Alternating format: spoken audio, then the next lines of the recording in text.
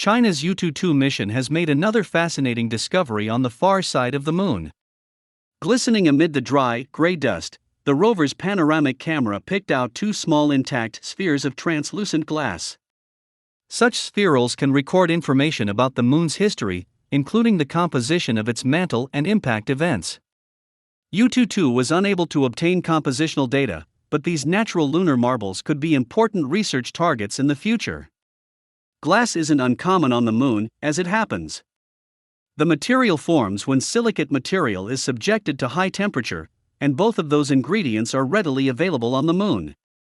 In the lunar past, there was extensive volcanism, leading to the formation of volcanic glass, and impacts from smaller objects such as meteorites also generate intense heat, resulting in the formation of glass. The latter is what could be behind the spherules observed by yutu, according to a team of scientists led by planetary geologist Zhiyong Xiao of Sun Yat-sen University and the Chinese Academy of Sciences. It's hard to know for sure though, because most of the glass found on the moon to date looks different from the spherules discovered by yutu. There are spherules up there aplenty, but they tend to be less than a millimeter in size. Here on Earth, such tiny glass spherules are created during an impact, generating such intense heat that the crust melts and sprays into the air.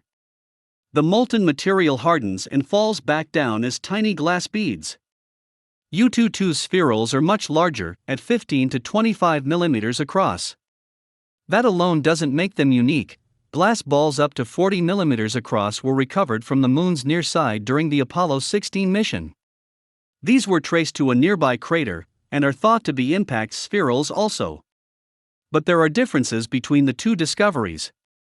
As Xiao and his colleagues explain, the far side spherules seem to be translucent or semi-transparent and have a vitreous luster.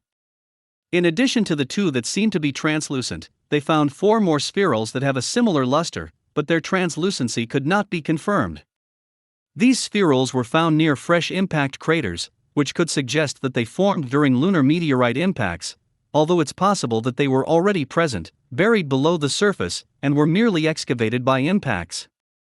However, the team believes that the most likely explanation is that they formed from volcanic glass called anorthosite that melted again on impact, reforming into translucent round globs. Collectively, the peculiar morphology, geometry, and local context of the glass globules are consistent with being anorthositic impact glasses, the researchers write in their paper. This could make the objects the lunar equivalent of terrestrial formations called tektites, pebble-sized glassy objects that form when Earth material melts, sprays into the air, and hardens and forms into a ball as it falls back down, like a larger version of those tiny spherules. We can't know for sure without studying their composition, but if they are lunar tektites, they might be quite common on the lunar surface. This offers some tantalizing possibilities for future research, the team says. As the first discovery of macroscopic and translucent glass globules on the moon, this study predicts that such globules should be abundant across the lunar highland, providing promising sampling targets to reveal the early impact history of the moon.